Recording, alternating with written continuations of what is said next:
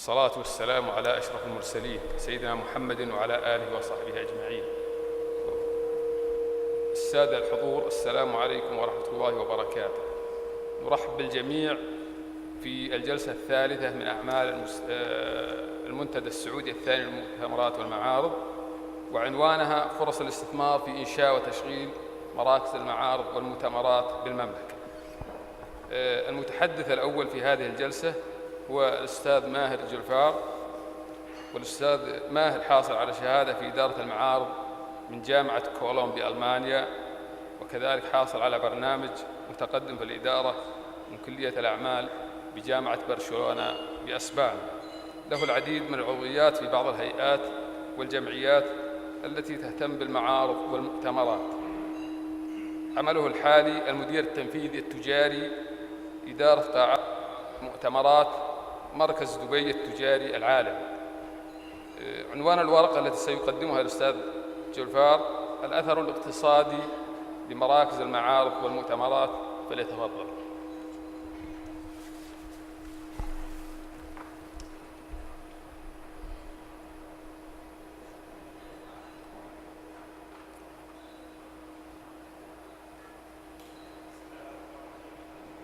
السلام عليكم ورحمة الله وبركاته. في البداية طبعا لابد أشكر اللجنة المنظمة على هذا التنظيم الرائع، ويشرفني اليوم أن متواجد معكم، وإن شاء الله أكون عند حسن ظنكم. طبعا قبل لا أبتدي المحاضرة سامحوني أن محاضرتي راح تكون بالإنجليزي أوكي. والسؤال اللي كنت أبغى أسأل اللجنة، طبعا أول مرة أبغى أسأل السؤال، أن طالما البرنامج المنتدى راح يتنقل من مدينة إلى مدينة، متى نقدر نستضيفه في دبي؟ فاهم إذا بيجاوبوا لنا يعني الشباب. Your Excellencies and distinguished guests, thank you for inviting me here today on behalf of Dubai World Trade Center to engage on this important topic with esteemed colleagues from across the region.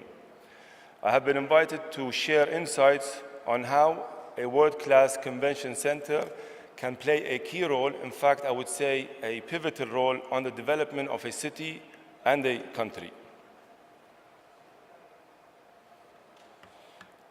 I'd like to share one of our iconic buildings, which was built in 1979, and since its doors were open in 1979, only 8 years after the birth of our country, as we know it today, the vision of the leadership in Dubai knew that the Dubai World Trade Center must be more than simply a venue.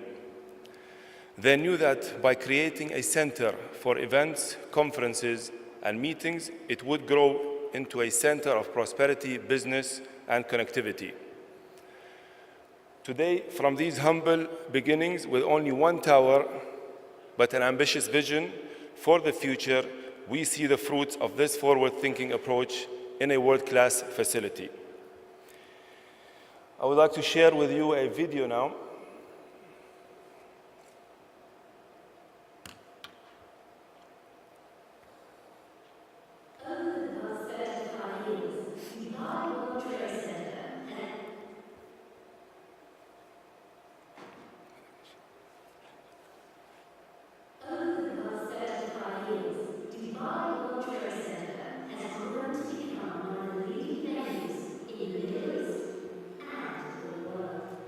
From being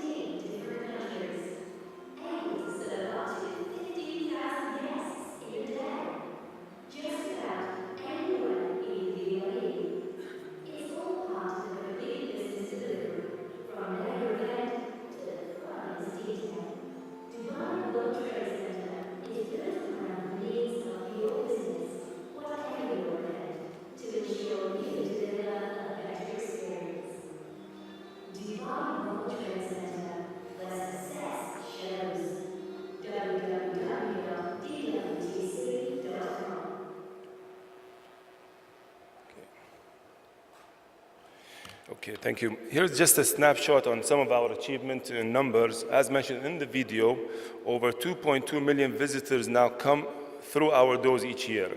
In 2013, we hosted around 400 MICE and business events, up by 24% on the previous year, attracting visitors from over 153 countries and exhibiting companies from over 130 nations. Each year, we see mega events and exhibitions such as Gulf Food, Arab Health, GITEX, and Big Five grow the number of visitors, exhibitors attending and participating for the destination.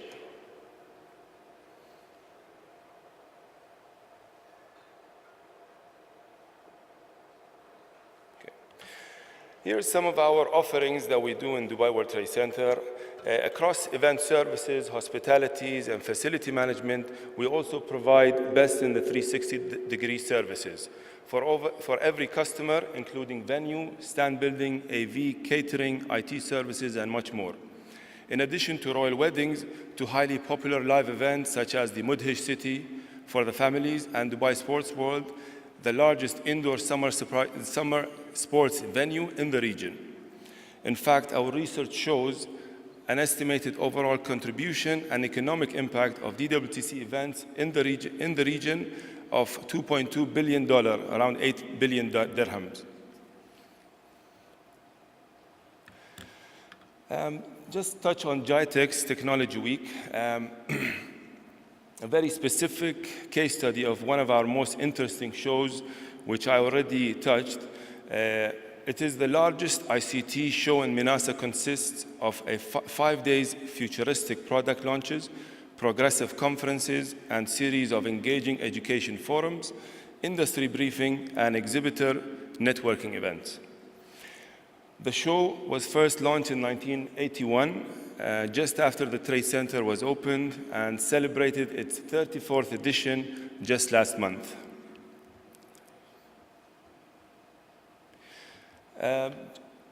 I just wanted to showcase on some of our conferences, and well, to begin with, usually conferences have a longer lead time. To start with, some of these events, we started working on them in 2003 and 2004, and the outcome was winning some of the ITU, SIBOS, Cardiology, Congress, and they have affected the way of our education, health, and everything else, basically. And basically, we are working on events for 2026 now. I'm not sure where I'll be by then, but be good. So one of the main resources that we use for attracting conferences and association is ICA. And we're actually one of the first members of ICA, and I'm really proud of being a board member, well, the first board member representing the Middle East of ICA. Tourism.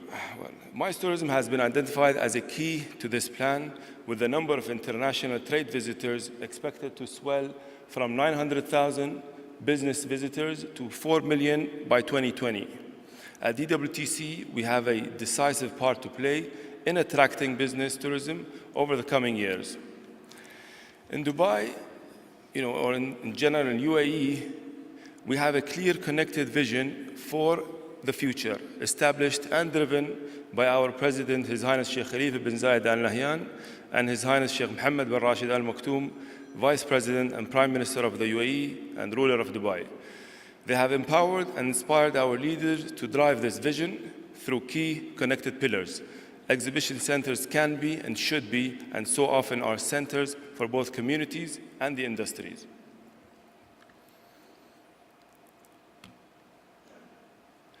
Expo. In November 2013, the UAE won the right to host the 2020 World Expo in Dubai, with the theme of connecting minds, creating the future. The first time that the World Expo is staged in the Minasa region. It will drive, and is already driving, the economy, infrastructure, tourism, and industry sector, bringing people to our city to meet others, spend time with family and friends, make deals, and learn more. The Tourism 2020 vision is both a commercial and a social ambition. At DWTC, we believe in success through synergy, success through partnership. Our events must be a part of driving success for the emirate, the country, and the region. And success for the region will also drive all of our future. I look forward to hearing your questions, and thank you very much.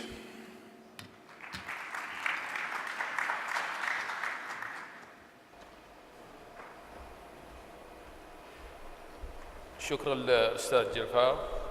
والآن موعدنا مع المتحدث الثاني السيد جراد باتشار، وهو مرخص كمسوق إجهاز تنفيذي، لديه تجربة ثرية في صناعة السياحة والفندقة، وهو عضو في العديد من الهيئات التجارية والاقتصادية، ولديه مقالات وأبحاث منشورة. يعمل حالياً كمستشار استراتيجي ومدير تطوير الأعمال في البرنامج الوطني للمؤتمرات والمعارض. عنوان ورقة الأستاذ باتشار هو تحليل الوضع الراهن لمراكز ومواقع المؤتمرات والمعارض في المملكة. فليتفضل. Shukran. Assalamu alaikum. If my brother Maher speaks in English, lazim atakalam bil Arabi? La. That would be painful for everybody. I'm honored to be here today. As many of you know, I'm the strategic advisor for the Saudi Exhibition and Convention Bureau, working with Mr. Abdullah Al-Jahani and engineer Tarek Al-Esa, and the rest of the team on developing the exhibition and convention sector within Saudi Arabia. One of the programs that we're honored to work on is the strategic development for venues. And as we've heard over and over here at SCEF, at the second edition of SCEF, there's a lot of concern over availability and services within the venues that currently exist. And so we know at the Bureau that it's really important for us to analyze this particular part of the industry and to make sure that we're building a sustainable future when it comes to venues. And you'll hear me use the word sustainable venues as I move forward, and I'm not necessarily speaking about environmentally sustainable, but more economically sustainable. Several things that we're going to talk about today, of course, are our objectives, a little bit of a regional comparison, marketing, development and design trends within venues, and then the development strategies that the SCCB has put forward that will be implemented starting in 2015. Before I move too far into talking about venue development, I think it's important to always remind the sector what the value proposition of the SCCB actually is. And this chart shows it pretty clearly that we're trying to make sure that the Bureau is a one-stop shop, if you will, if you'll let me use that term, in regards to developing the industry in its entirety. We want to make sure we're providing intergovernmental support. We want to make sure we're providing direct support in order to deliver the outcomes that are listed on the right-hand side of this slide. The venue development strategy is a key part of us delivering these outcomes. We do have 7 pillars within the Bureau. 3 of the primary pillars, of course, are our venues, our organizers, and the events themselves. We're going to talk specifically about venues today. These are the different areas, and Dr. Ehab spoke in the last session a little bit about classification. These are the areas that the Bureau is working on currently to create classifications and definition standards in order to make the entire industry more consistent, more understandable, and more transparent. We're specifically today talking about venue development. And we have 2 primary venues, 2 primary categories of venues that we look after. That includes primary venues that are listed here and also secondary venues. I think all of you understand how important secondary venues, the role that they play in the industry here in Saudi Arabia. Universities, I'm sure a lot of you within the room that are event organizers have used universities. There's some phenomenal university venues that are located here within the country. There's a lot of strengths, there's a lot of opportunities, there's a lot of challenges that exist within the industry. All of these things I think we're well aware of. I'm sure a lot of you could certainly sit and we could debate other strengths, other weaknesses, other opportunities within the country. All of these things are factors that we keep in mind when we're developing our venue strategy, including the number of size and scope of the hotels that are here in the marketplace, the number and size and scope of hotels that are being developed, convention centers that exist, exhibition centers that exist. All across the country, we make sure that we take an inclusive look at non-hotel venues, meaning convention centers, exhibition centers, and hotels, to make sure we're developing the venue strategy in an inclusive manner. One of the things, and you've heard this a lot throughout the entire conference, throughout the entire forum, that Saudi Arabia is the largest economy in the GCC. We all know that, correct? Has the largest population as well. When you look at exhibition centers, for example, and in this slide we've compared all of the indoor exhibition space that exists within the GCC, and if you think about exhibition centers as economic drivers, as drivers of economic diversification, there's an absolute problem with this comparison. You see the biggest economy, the biggest regional population, having actually the smallest amount of indoor exhibition space. And this is certainly something that we need to consider as we move forward. Moving into a regional and international comparison, you'll see by this chart that 15 countries around the world actually hold 80% of the indoor inventory.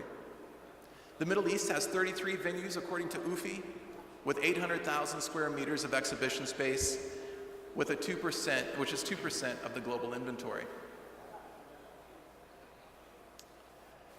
Approximately 31,000 exhibitions per year, corresponding to 124 million square meters of total net exhibition space, are rented, and where they invite 4.4, they actually host 4.4 million exhibition companies who welcome 260 million visitors throughout the year. These are really impressive numbers, and when you think about the growth within the Middle East for this same time period, which took place from 2008 to 2012, there was also an increase of 7% here just in the Middle East. As we continue our evaluation of venues, two aspects of venue design have to be considered by our investors and our developers today, especially here in Saudi Arabia. Those two things are design and technology.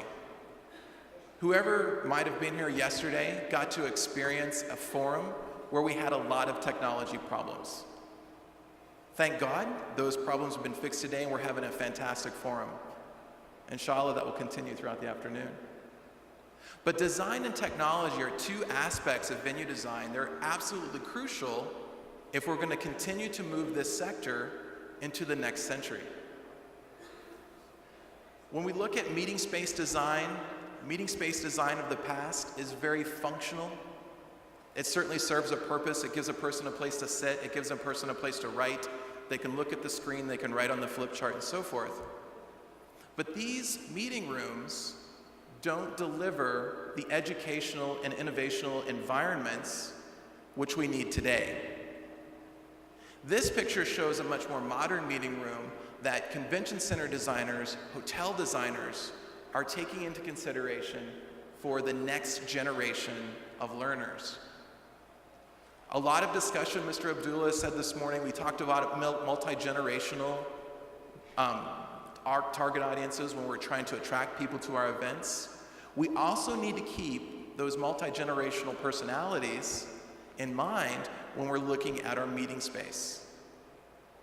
People who are in our meeting space today are looking for rooms that provide natural light. They provide more aesthetics. The materials that are made to build these rooms, that are used to build these rooms, has to be inviting, has to be able to spur a strong or create a strong educational environment, and also an environment for innovation.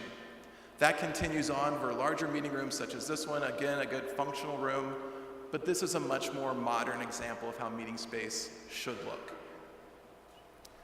Convention centers, conference centers that are being built in a lot of the westernized countries look a lot like this diagram, where you have places called huddle space. You've got operation centers for all of your networks because the entire building is wired. You've got rooms, conference rooms that are set up for hybrid meetings. All of these facilities need to be involved or need to be included in modern day venue design.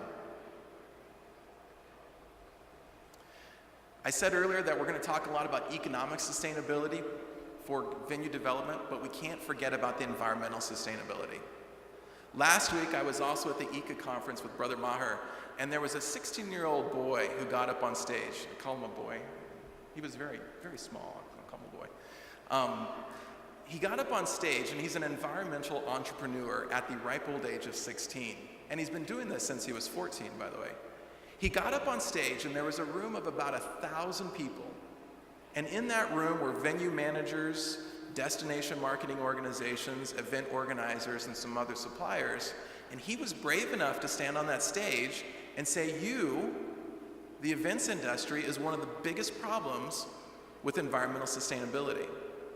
You put people on airplanes, you use a lot of waste. When you have a trade show, you have a lot of leftover waste and so forth. And he was very brave in saying that, and he didn't get a lot of fans in the audience, but he wasn't wrong. We have to make sure, as an industry, we continue to keep environmental standards in place. Hotels are on the design trend train. They want to make sure that the hotel meeting space has a more residential feel, provide niches for networking, up-to-date technology or technical equipment, more control of lighting and air conditioning, providing natural light again, new event space names, recharacterized. Hyatt is renaming their ballrooms, Marriott is renaming their meeting space.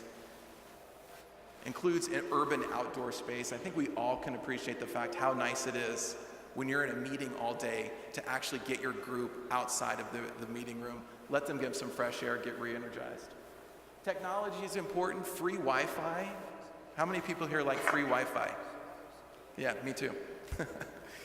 We'll send a note back to Ritz-Carlton that we'd like free Wi-Fi. Everything else is fantastic though, of course. Free Wi-Fi is one of the primary decision factors for a majority of meeting planners. That's not going to go away. Web-based technologies are driving meeting planning, event apps, online registration, exhibitor softwares. Virtual and hybrid meetings, of course, those technologies are evolving quickly as well. Challenges with technology in today's venues, especially older venues. There's a lot more capacity, a lot more bandwidth, as we know, that needs to be in place when we're all on our mobile devices. And I see a few tablets here just from looking across the audience.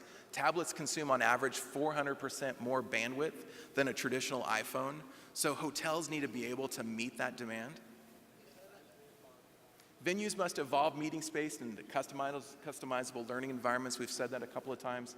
64% of event organizers state that free Wi-Fi affects their choice of venues. And advanced services in regards to technology, including service apps, online tools, and IT service staff, all of these are absolutely important to today's event planners. The final topic of my presentation today is to come back and talk about the Bureau's development strategy for venues. And the reason I highlighted these particular words on this slide is because this is absolutely crucial as we continue to develop the exhibition and convention sector within the kingdom. We need to make sure that all of the venues that are currently in development, and there's a few people here today in this room who are actually developing venues as we speak, we need to make sure that we're bringing all of those investors that are there today and who will be here tomorrow to make sure we're having a conversation to know exactly what the supply is in the marketplace. Because very soon, we could run a risk of having a population of venues that are not the right mix, they're not the right size, and they don't meet the demand in the marketplace. We have this situation in the United States currently to where over the last 15 years, as many of you would know, there's been an abundance of convention and exhibition centers that have been built. And all of these centers have been built in a silo effect to where every destination wants to make sure it's competitive in the very lucrative exhibition and convention sector. So all of them invested heavily on building state-of-the-art venues. The next thing you know, you've got hundreds of venues across the country that are underutilized. And now the conversation in the country when they're negotiating with meeting planners is, Why is it that your venue's not for free? I can go to Chicago and get a free venue. I can go to Denver and get a free venue. Once you go down that path as a country, as a sector, there's no going back. And the event organizers in the room will probably start throwing apples at me, but we from a venue perspective have to be sure we're providing good value to the event organizers, supporting them in their ambitions, creating a situation where they can grow their events, but at the same time, we need to avoid the scenario of what's going on in the United States by building too many venues of the wrong size and scope. So we've developed an 8-step action plan for developing our first phase of the venue strategy. The first 3 steps work together where we're taking an inventory of all the current non-hotel venues, that's all of the exhibition centers, convention centers, and so forth. Taking an inventory of all the current, taking an inventory of all the ones that are in development, in construction, and also working with the municipalities to find out which land has been dedicated to future build. Once we do that, we'll go into the next 3 steps, which does the exact same thing from a hotel's perspective. And then, once we have an inventory of exactly what exists on the ground currently, what is being built and what is being planned, we'll be able to take that information and compare it to the current and future demand levels for both non-hotel venues and hotel venues. And one of the absolute fortunes, if you will, that we have from a licensing standpoint within the country is that the licensing process gives us amazing information. So at any given time, the Bureau can figure out what kind of events are happening in what kind of venues anywhere in the country. And that information is absolutely important when we compare it back to the venues that currently exist. So we have a really good opportunity from a Bureau's perspective to have a really good overview of the supply and the demand that currently exists for the venues within the kingdom. So I certainly hope to talk to you more. I certainly hope that you'll have good questions and lots of questions as we go through these processes. As Dr. Ehab mentioned in the last presentation, we will continue to move forward with our advisory committee in order to develop strong classification standards for all of our venues, our event organizers as well, but in particular our event venues, to make sure we're delivering the right product to the marketplace. Thank you. Shukran.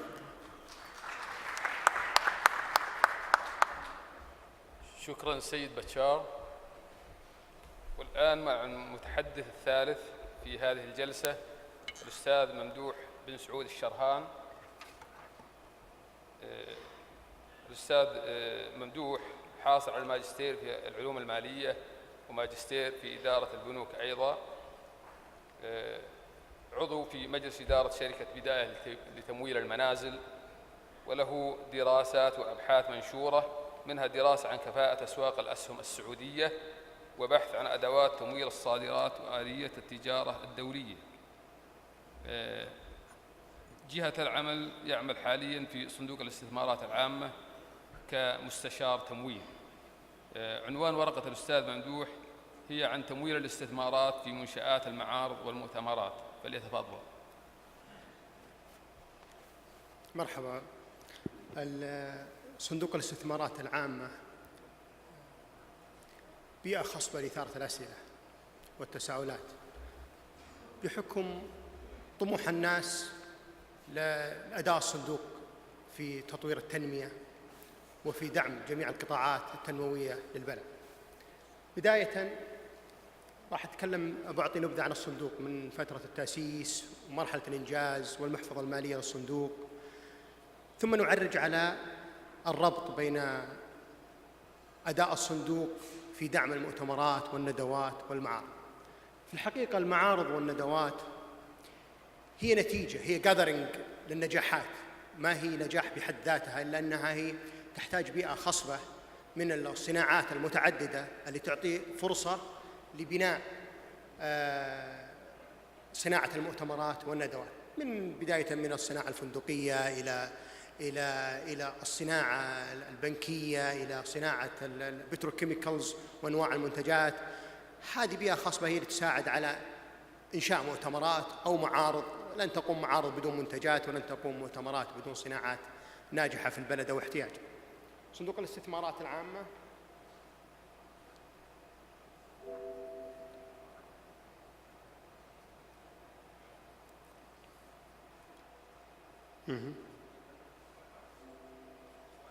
تفضل.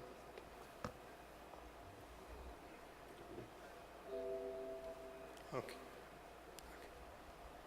تأسس صندوق الاستثمارات العامة منذ تقريباً 40 سنة أو أكثر، عام 71 ميلادي، عام 91 هجري بموجب رسوم ملكي.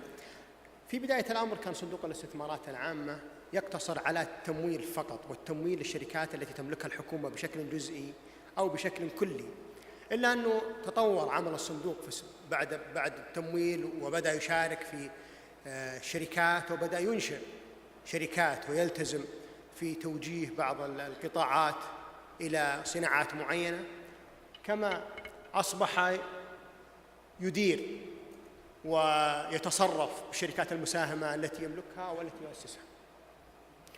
وعندنا مجموعة من الشركات المثال على ذلك، مثل شركة سابك وشركة معادن وبنك الإنماء، وكثير من الشركات اللي تعرفونها تقريبا تشكل 40% من سوق المال السعودي، وتقريبا هي تعادل حول 46 شركة بشكلها الإجمالي و23 شركة مساهمة. الصندوق شارك في تخصيص مجموعة من القطاعات الحكومية وتحويلها إلى شركات مثل شركة الاتصالات ومثل شركة معادن، وأخيراً مثل البنك الأهلي في تحويله للطرح العام. طبعاً الهيكل الإداري والحوكمة في صندوق الاستثمارات العامة تبدأ من مجلس الإدارة المكون من أصحاب المعالي برئاسة معالي وزير المالية، وبعضوية معالي وزير الاقتصاد والتخطيط، ومعالي وزير التجارة والصناعة، ومعالي وزير الدولة، ومعالي محافظ مؤسسة النقد العربي السعودي. هو المحرك الرئيسي للصندوق والمدير الفعلي للصندوق معالي أعضاء مجلس الإدارة. يعين مجلس الإدارة يعين الأمين العام لصندوق الاستثمارات العامة، وهو القائم في الأعمال اليومية والدورية للصندوق، وصاحب صلاحيات العمل الروتيني أو اليومي بالرجوع، وأحيانا يصير فيه بعض تفويض من السلطات مجلس الإدارة لسعادة الأمين العام.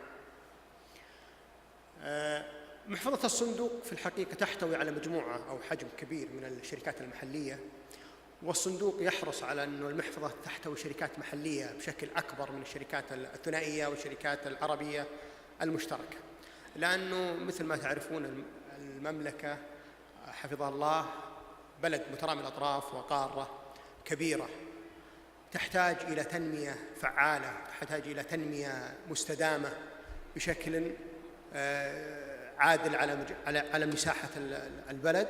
فلذلك نركز في صندوق الاستثمارات العامة على التنمية المحلية. طبعاً الأرقام ليست دقيقة، لأن الأرقام تتحدث بشكل يومي بحكم أنتم مثل ما تعرفون القروض تقدم بشكل يومي والشركات تنشأ بشكل دوري، فصعب إحصائها بشكل دقيق. لكن القروض بلغت القروض تقريباً في عام 2013 إلى 150 مليار على الشركات المحلية. وطبعاً الشركات الوطنية تشكل 46 شركة وطنية يملكها الصندوق بشكل كامل أو بشكل جزئي، و23 شركة منها مدرجة في سوق الأسهم السعودي.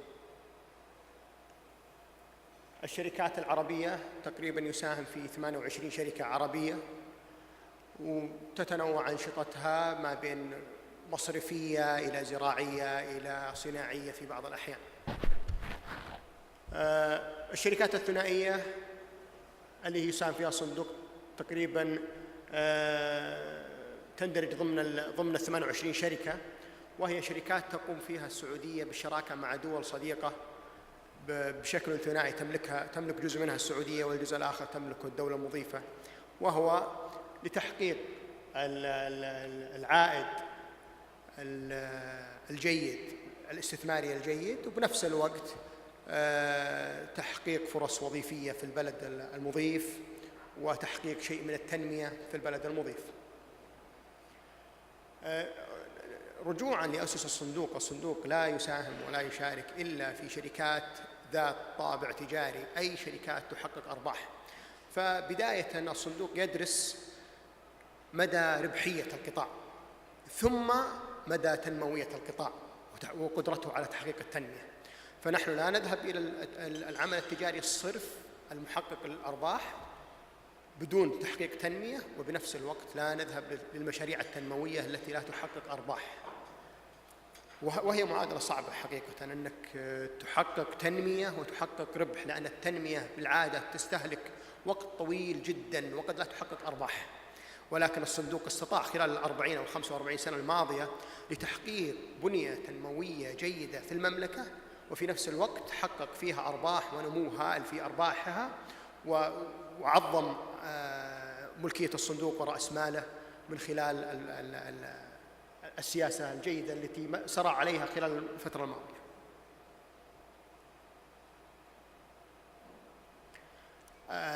تصنيف المحفظة بشكل بياني لتقسيمها بناء على القطاعات والتخصصات. البتروكيماويات تقريبا هي تأخذ حصة النصيب الأسد في القطاعات، بحكم أن دولة نفطية، وأن أغلب الصناعات والتوجه بعادة الدول أصلا أنها تركز على ميزتها النوعية. فبحكم أن السعودية ذات ميزة نوعية في النفط، وهي من أكبر المصدرين ومن أكبر الصانعين لأوائل الدول الرائدة لهذه الصناعة، فلذلك تشكل تقريبا 40% من إجمالي قروض الصندوق. يليها البترول، ويليها الخطوط الحديدية والتعدين والنقل الجوي والكهرباء والماء والنقل البحري، ومن ثم مجموعة من الصناعات الأخرى مثل الصناعات البنكية، تعتبر صناعة جيدة وصناعة يساهم فيها الصندوق بشكل فعال. كذلك أغراض الشركات الوطنية التي يساهم فيها الصندوق مثل ما قلناها قبل شوي: صناعة الإسمنت والبتروكيماويات والاتصالات وتقنية المعلومات والكهرباء والزراعة والنقل البري والبحري والتعدين والبنوك والفنادق نرجع لها بعد شوي، بحكم أنها لها علاقة وطيدة في موضوع المؤتمرات والمنتديات وصناعة السياحة. وتطوير التعليم العام كذا، كما بلغ إجمالي حصة الصندوق المدفوعة في رؤوس أموال هذه الشركات نحو 71 مليار ريال سعودي.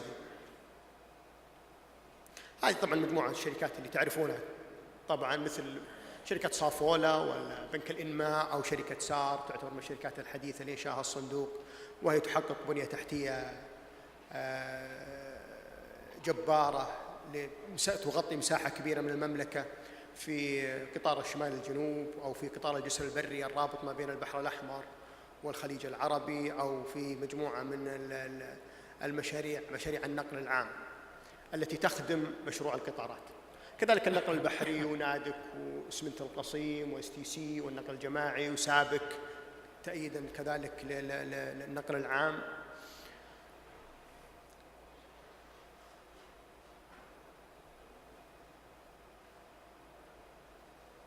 هذه تبين السلايد، يبين النسب ونسب مساهمة الصندوق في الشركات الوطنية.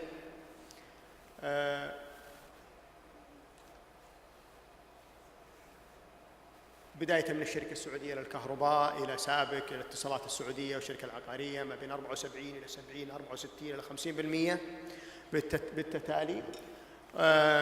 نهاية في مجموعة سامبا المالية 22.9%.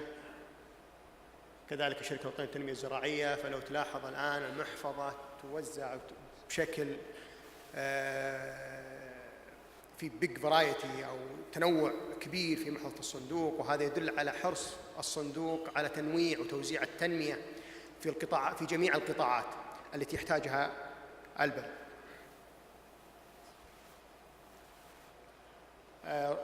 مثل ما ذكرنا قبل قليل، كجزء من برنامج الخصخصة اللي أطلقته الدولة عام 2002، بدأت الدولة تخصيص الشركات الحكومية مثل الاتصالات وشركة التعاونية للتأمين وشركة معادن، وأخيراً البنك الأهلي اللي تم طرحه للكتاب العام في المرحلة الماضية. طبعاً كوادر الصندوق حريص على استقطاب الكوادر الوطنية، وهو طبعا بدون شك سعودة فيه 100% تقريبا. تشارك في لجان الخصخصة المشكلة في مجلس الاقتصاد الأعلى، وكذلك التعاون مع القطاع الخاص وتمويل مشاريع السكة الحديد. أسس الصندوق شركة استثمارية في المرحلة الماضية، وهي شركة سنابل برأس مال 20 مليار لتكمل الدور الاستثماري وتحقيق عوائد مجزية للصندوق من خلال نوافذ أخرى للاستثمار. حقيقة انتهى العرض المعد، ولكن سوف نكمل العرض محاولين نربط ما بين دور الصندوق في دعم المعارض والمؤتمرات والندوات. والمعارض والمؤتمرات في أي بلد في العالم تحتاج إلى بنية تحتية، من بداية من الصناعة الفندقية، وكذلك وجود فعاليات وأحداث. الصندوق من خلال الشركات التي يملكها ناهيك على أنه دائما يحثها على المشاركة في المؤتمرات، إلا أنه يأمرها في بعض الأحيان في إنشاء ندوات ومؤتمرات ومعارض تسويقية، وتستقطب في بعض الأحيان بعض المستثمرين الأجانب وبعض المستثمرين المحليين لإنشاء نوع من التعاون ونقل الخبرات من البلدان المتقدمة إلى السعودية في جميع أنواع الصناعات، من صناعة القطارات إلى صناعة السيارات إلى صناعة البتروكيماويات. وهذا نوع من دعم المعارض والمؤتمرات للاستفادة منها معلوماتيا وتقنيا. كذلك الصندوق يملك في مجموعة من الشركات، مثل ما استعرضنا في الشرائح العرض قبل قليل، يملك في مجموعة من الفنادق السعودية، وهذه مساهمة شبه مباشرة لدعم المؤتمرات والندوات والبنية التحتية لها. كما أن الصندوق ممثلا في سعادة أمين عام الصندوق منفتح للجميع ليسمع أي فكرة جديدة وأي فكرة استراتيجية. نحن منفتحين للسماع لكم، ونحن مستعدين لمشاركتكم الآراء وتبادل الخبرات، وكذلك التعاون فيما لو إذا وجدت فكرة إيجابية. لكن بالعادة أو كما تعودنا أنه الجهات صاحبة الاختصاص هي المبادر في تقديم الأفكار، وهي المبادر في تقديم الطروح والصناعات، والصندوق بدوره يسمع ويدرس، وما يقتنع به وما يكون مجزي بخدمة الوطن الصندوق ما يمشي إلا لخدمة هذا الوطن. شاكر للجميع على الاستماع، وآسف على الإطالة.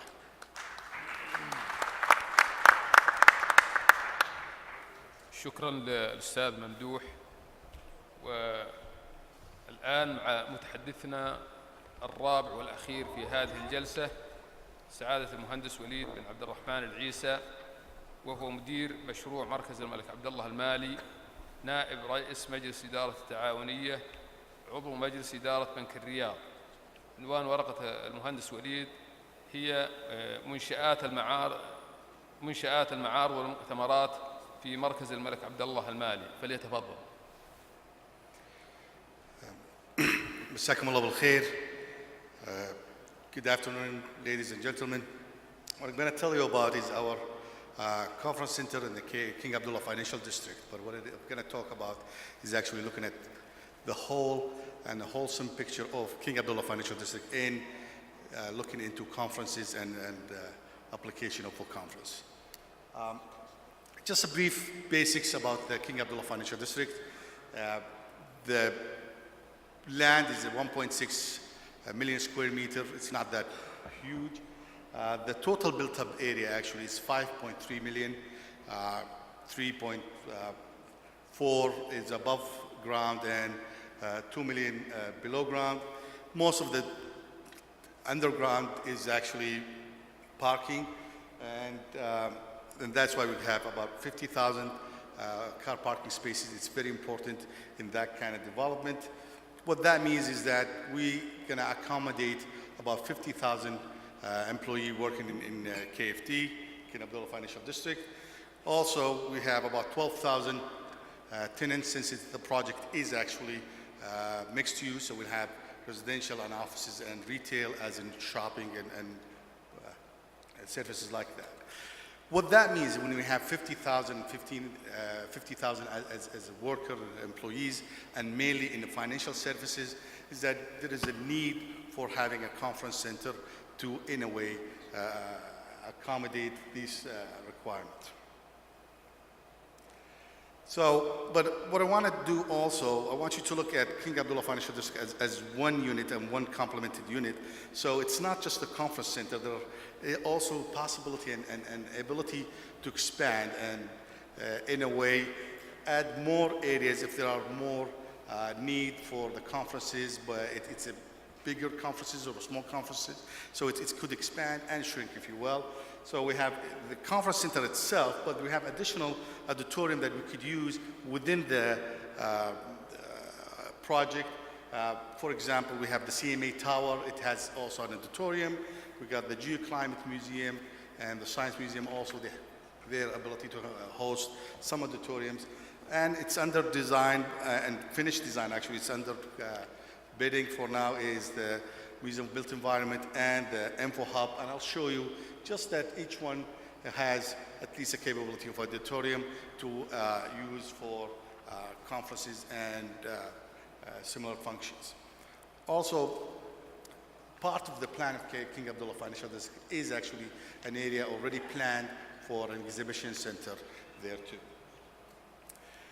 This is what I want to show you, was the proximity of these areas and how they are very close to each other, such that you could actually host it in the conference center way at the bottom there, but then you will have the Capital Market Authority building or tower with the conference center and with the auditorium and the MOBI, all these different areas. It's within 600 to 800 watt basically in that area. But I'll show you why also this is not very far, and you would think maybe the environment, the temperature, people would not walk that distance. And then, we gotta go back a couple slides. So that's the monorail, and the monorail actually takes you around in the project. So you move from one science museum or from the financial academy or the conference center. So each attractor, or what we call a functional cultural, would have a monorail station that actually serve in addition to having the main function, which is a science or some kind of museum or cultural venue. Then also, which is a very, very important, is that the whole project is actually connected with the skywalks. These are conditioned and these are bridges, and so the whole project, if you move from one area to the other without having to go out in the ground and having to basically walk in the sun or the cold, you always walk within the project in these bridges. It's actually, the total distance is about 11.4 kilometers overall as a system. What that means is that also these are all on level 1.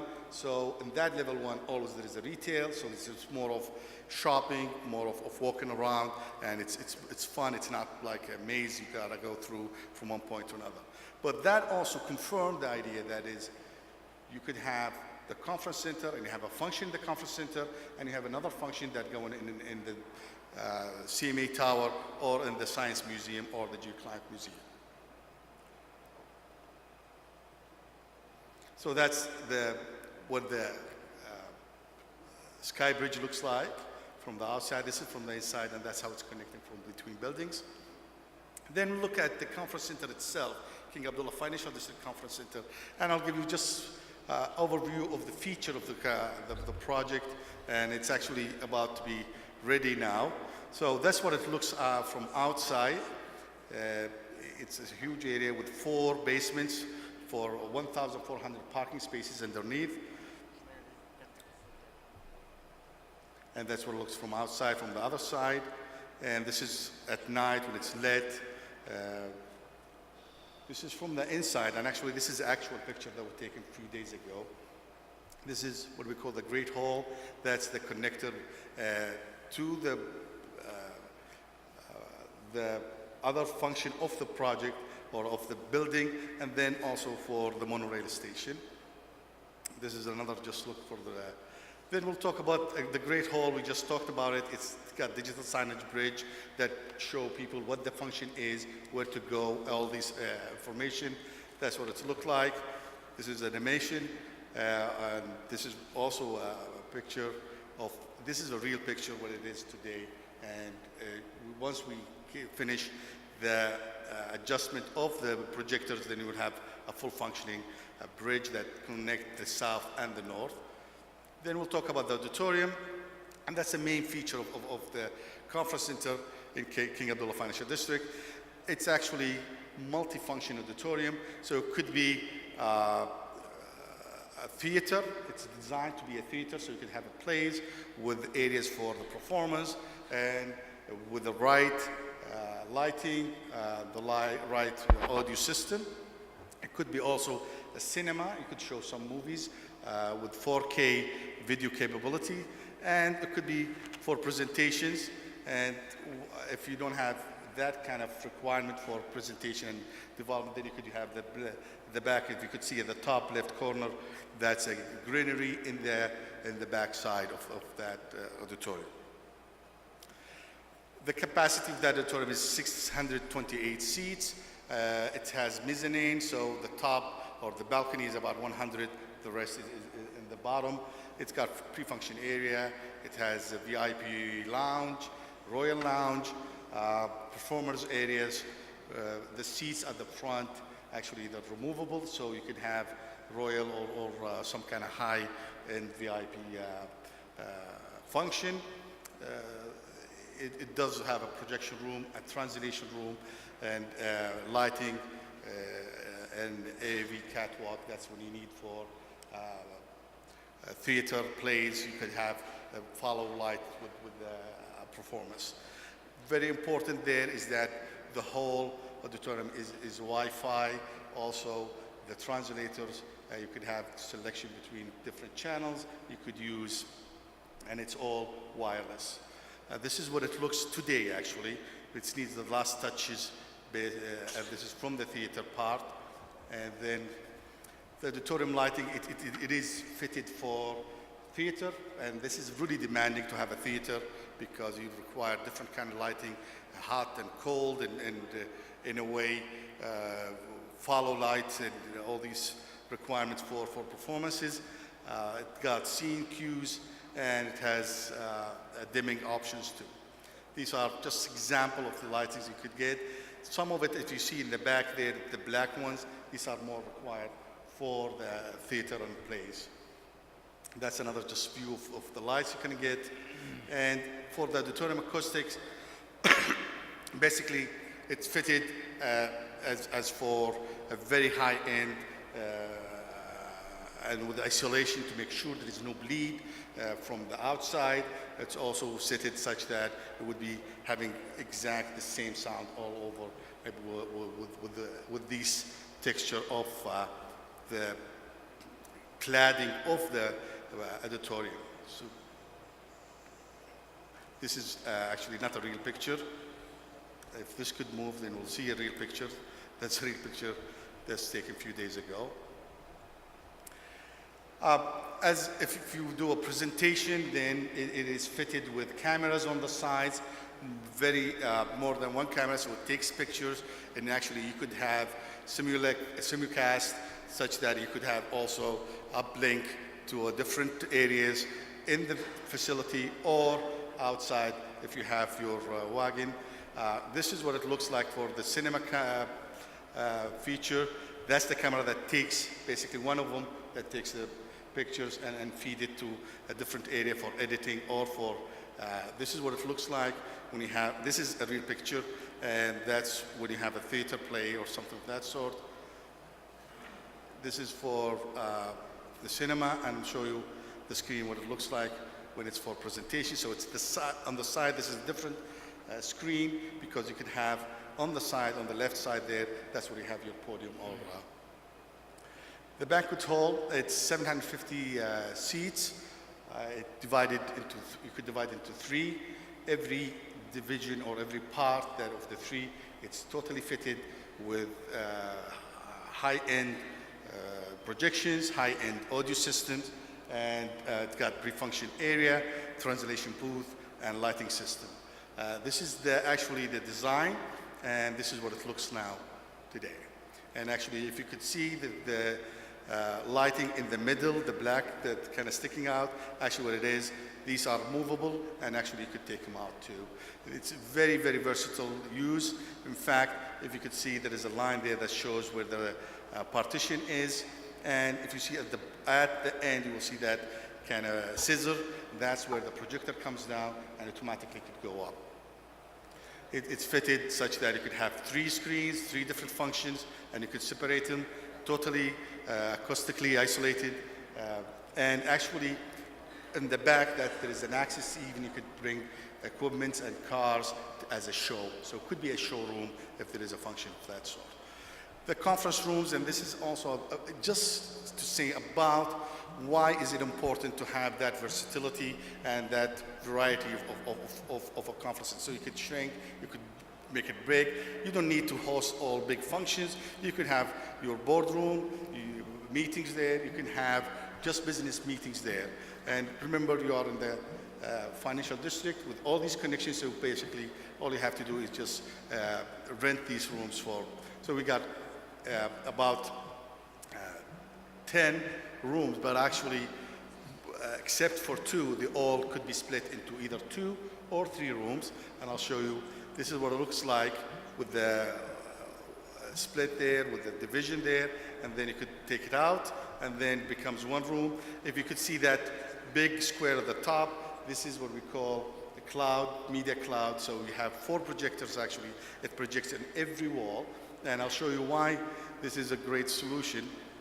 Because if you see, that's what we'll project on the wall, we'll project on the glass, because we could create the glass on the top, on the bottom right, by actually changing the energy, and it becomes opaque, basically. So it could be clear on the left and opaque on the right. And this is actually what you see. This is a clear glass. This is a real picture. And this is when we change that setting. And this is when we have just blinds and becomes totally. The CMA Tower Auditorium, quickly, it's 420 or 450 with 4K video system, interactive voting, or high-end cameras that takes you the picture, same idea, and sound in the video production room, VIP rooms, and translation rooms too. The Geoclimate and the Science Museum, we've just shown how you could expand, and we have a couple things. We have IMAX theater there that takes about 285 with the planetarium.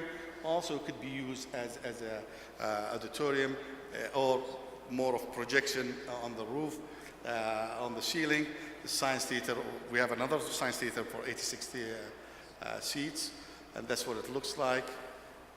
The museum built environment, this is what the building looks like, and this is what the conference or the auditorium room or auditorium actually looks like, and that's what it looks from the inside. It got translation room, always you have production, you have control. These are high-end, top of the line, if you will. This is what it looks like from the inside when it's built. Info Hub, it's basically a civic center with a library, we call it Info Hub, and in that also we made the design such that you could also host some kind of meetings and more of a conference, and if you will. That's where the location of the convention, and it would be 50,000 square meter of area for the exhibition center. Thank you very much.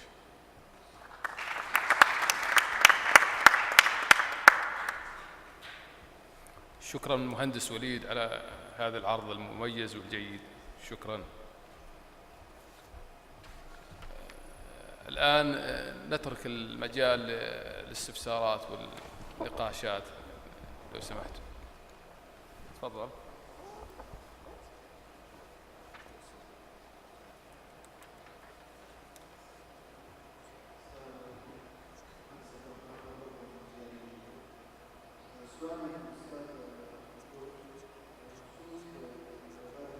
الصوت يا أخي. الصوت شوية ضعيف.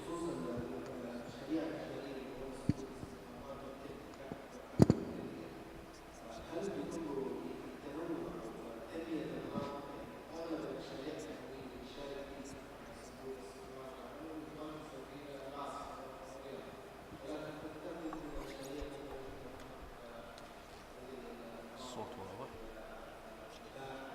تسمع الصوت؟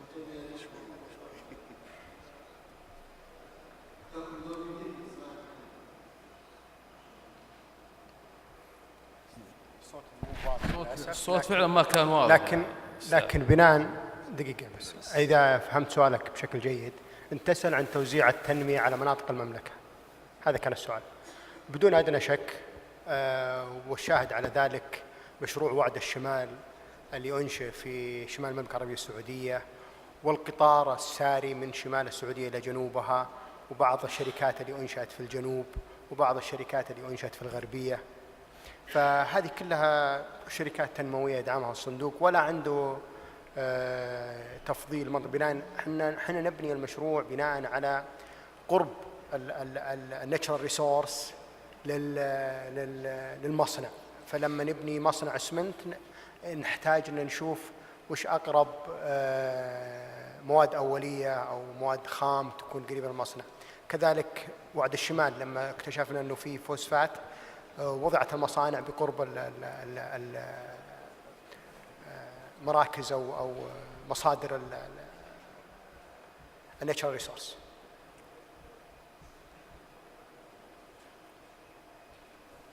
أخير.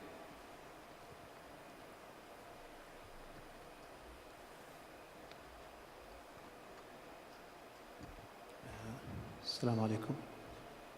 أنا طلال الزرقي رئيس الجمعية السعودية للتخاطب. My question is to Mr. Gerard. الصوت لا يزال ضعيف لو سمحت. الانجينير يحكي لكم هو عندي. ما بدي شيء.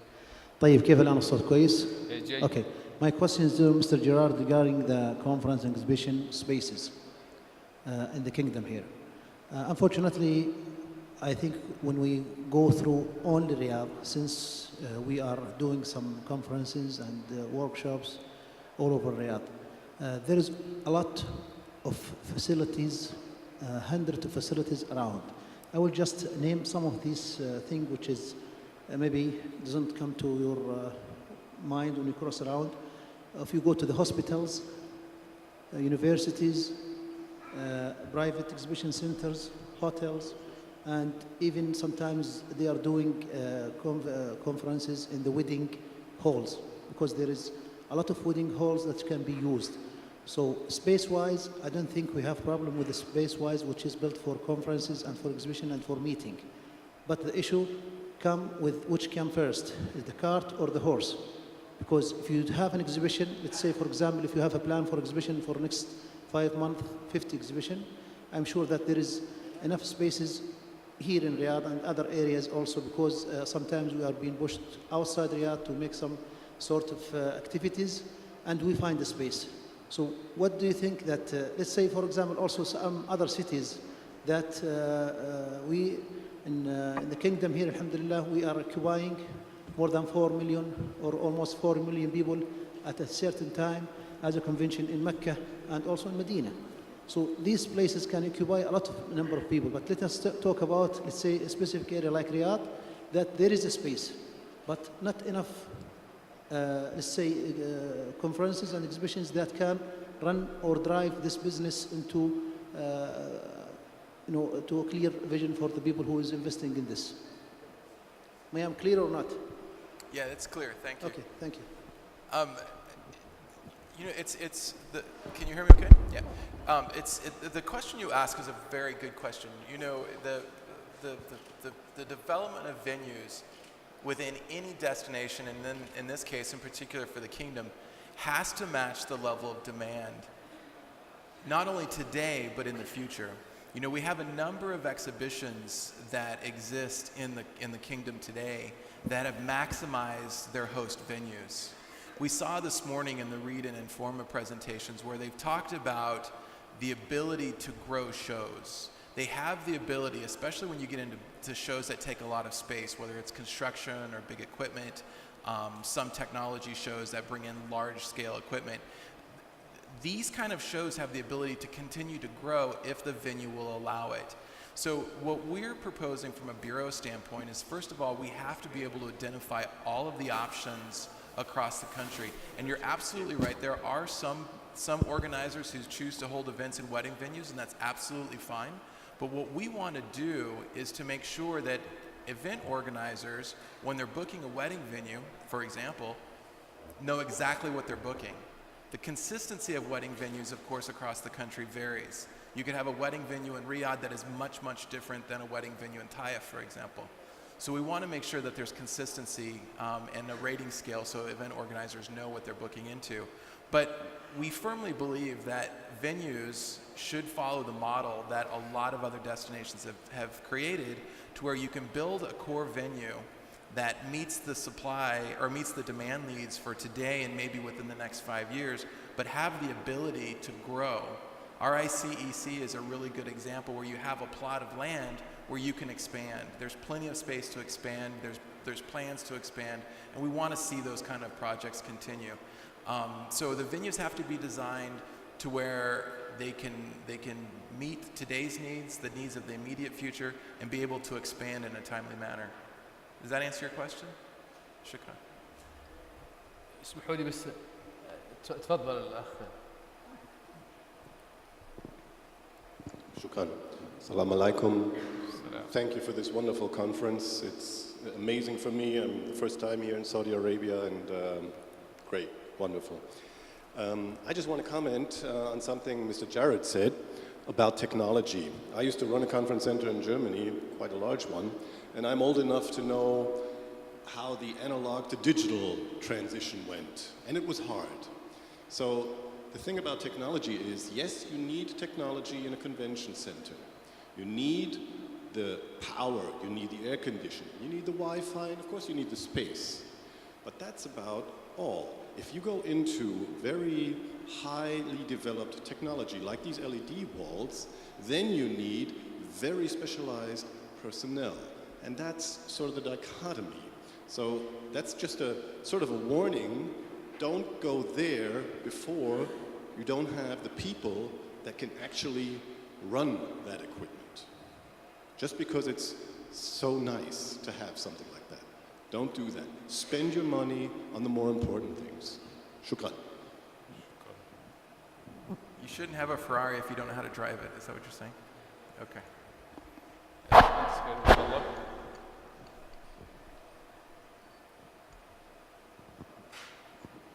شكرا جزيلا. أسامة الكردي من شركة علاقات مؤتمرات المعارض الدولية. أستاذ ممدوح، شكرا جزيلا على العرض الجميل عن الصندوق، ولاحظت شيئين. الأول هو اهتمامكم بالتنمية واهتمامكم بتحقيق أرباح،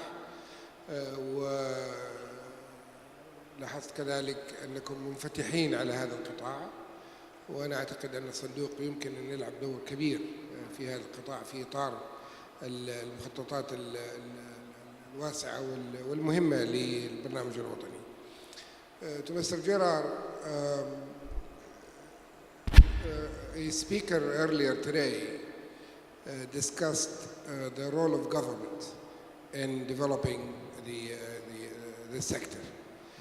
And I would like to ask you specifically if you know of any examples around the world where the government supported the creation and establishment of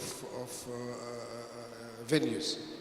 And I would, if you do have some information or knowledge, maybe you can enlighten us with a few examples. Thank you very much.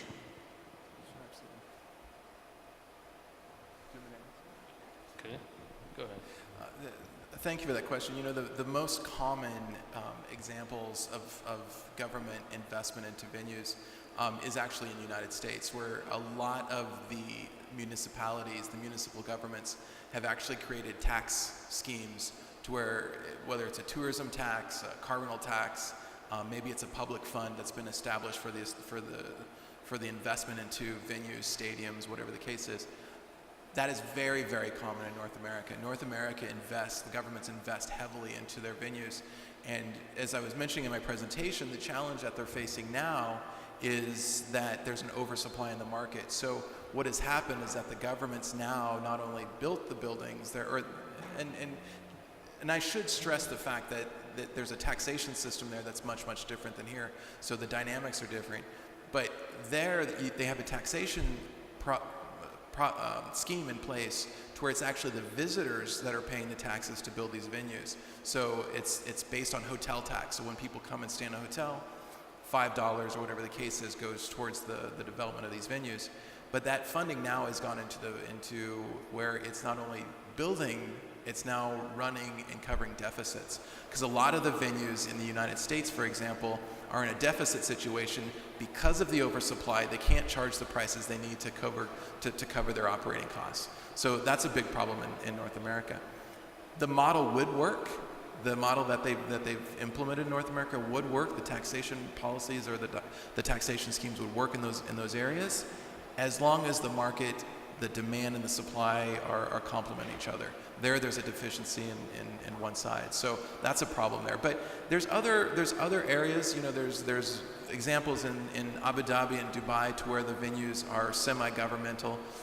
Maher can certainly speak to the pressure that they're under to make sure that they're covering the cost of the venue. I imagine there was probably some original or some initial investment from the city government. Is that correct? So there was an initial investment, but obviously those are built by the government, but they're built in order to return a profit in the long term.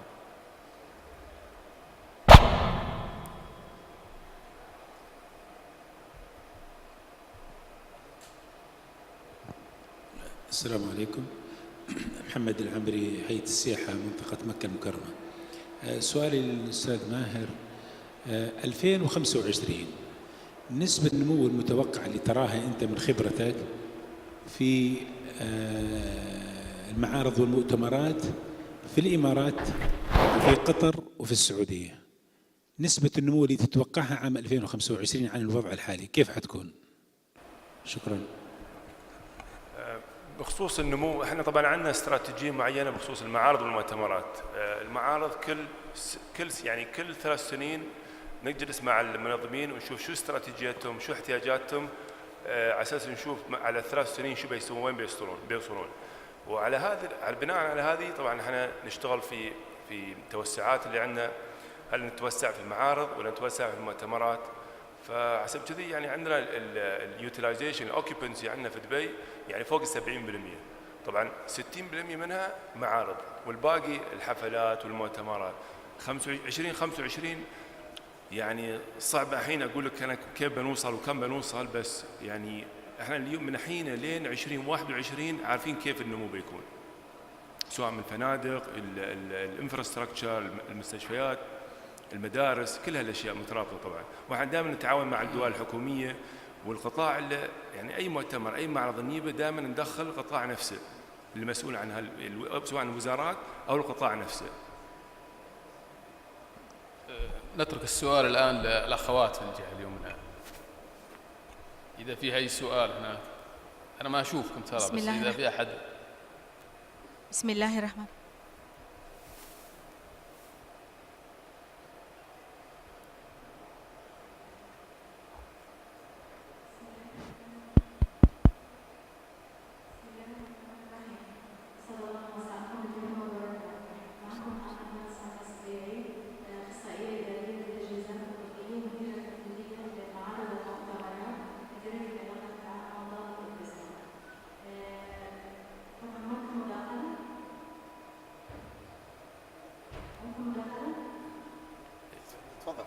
ايه تفضل.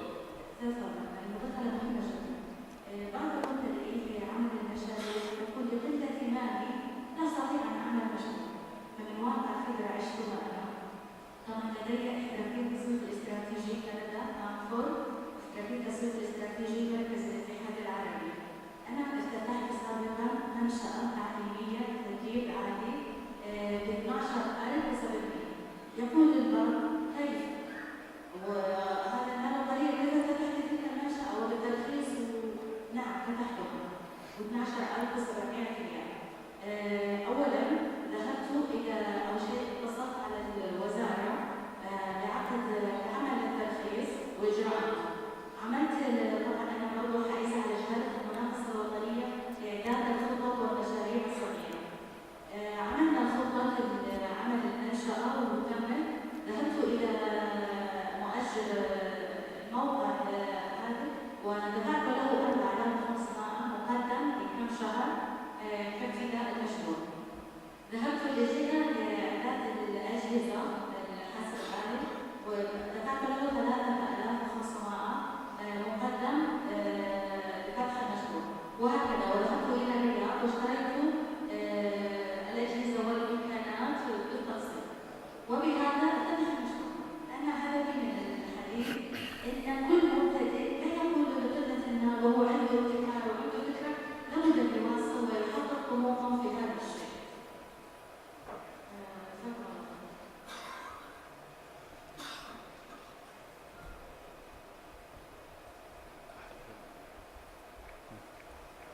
السلام عليكم.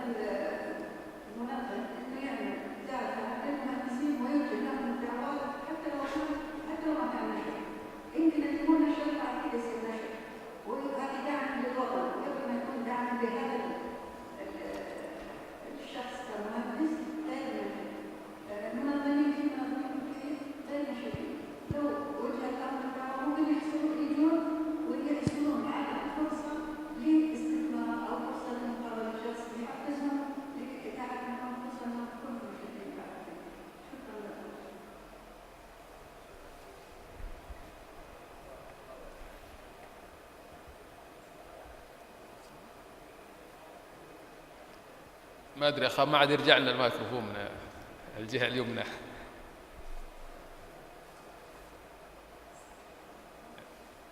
الأخ عنده مداهمة، تفضل طال عمرك.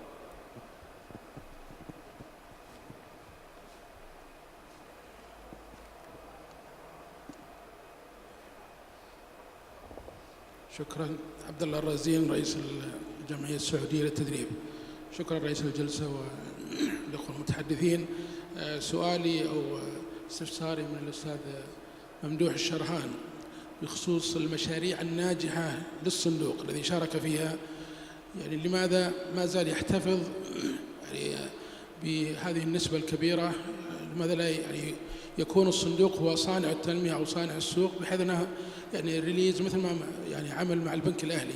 يعني شركة الاتصالات ما زالت يعني تحت سيطرة 70%، وهي من الشركات الناجحة، فمن الجميل أنها تترك للمستثمرين ثم يعود أو يرجع مرة أخرى ينشئ شركات ناجحة كما تفضلت. وأعجبتني معادلة التنمية مع الربح.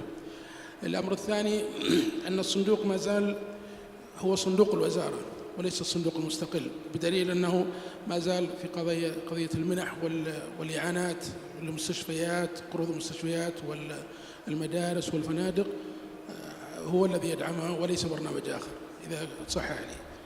الجانب الآخر أنه جزء حقيقة من قد يعني عدم النجاح المتميز، إذا حكمنا بهذا أنه ما زال تحت مظلة الوزارة، ولذلك مجلس إدارة كلهم 4 وزراء ومحافظ مؤسسة النقد، يعني حتى رجال الأعمال لا يمثلون فيه، وهذا أنا أعتبره قد يكون يعني سبب عدم الانفتاح القوي، وإلا يعني يراهن على الصندوق كثيرا في يعني فتح مجالات كبيرة في الاستثمارات، وخاصة الاستثمارات ذات المخاطر الكبيرة. شكرا.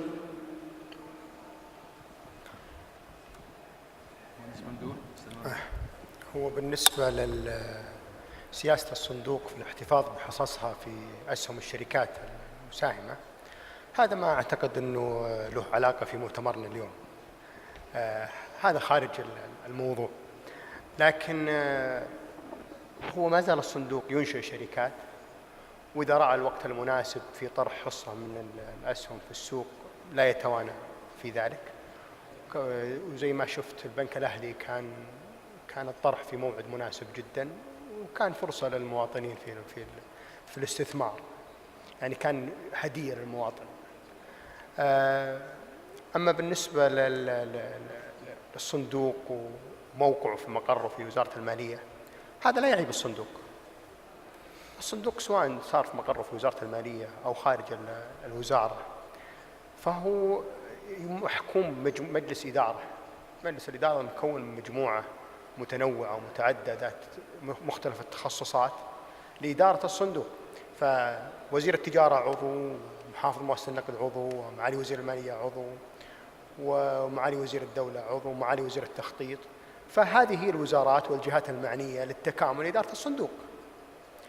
فسواء المقر صار في وزارة المالية ولا في وزارة الدفاع ولا في وزارة الداخلية، لا يفرق المقر فيما إذا الصندوق قاعد يؤدي دوره بشكل جيد. أتمنى أني جاوبت على أسئلتك.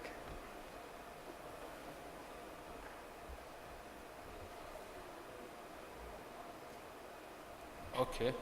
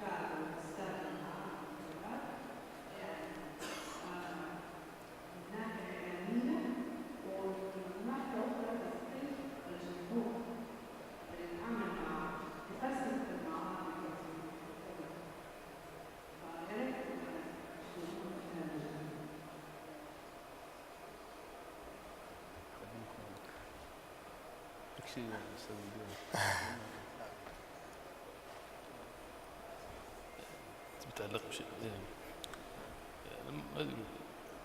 من الجهل ما عندنا إجابة. على العموم نكتفي بهذا القدر من النقاش.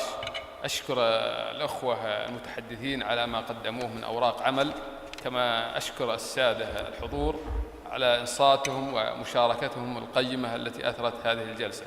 وصلى الله وسلم على سيدنا محمد.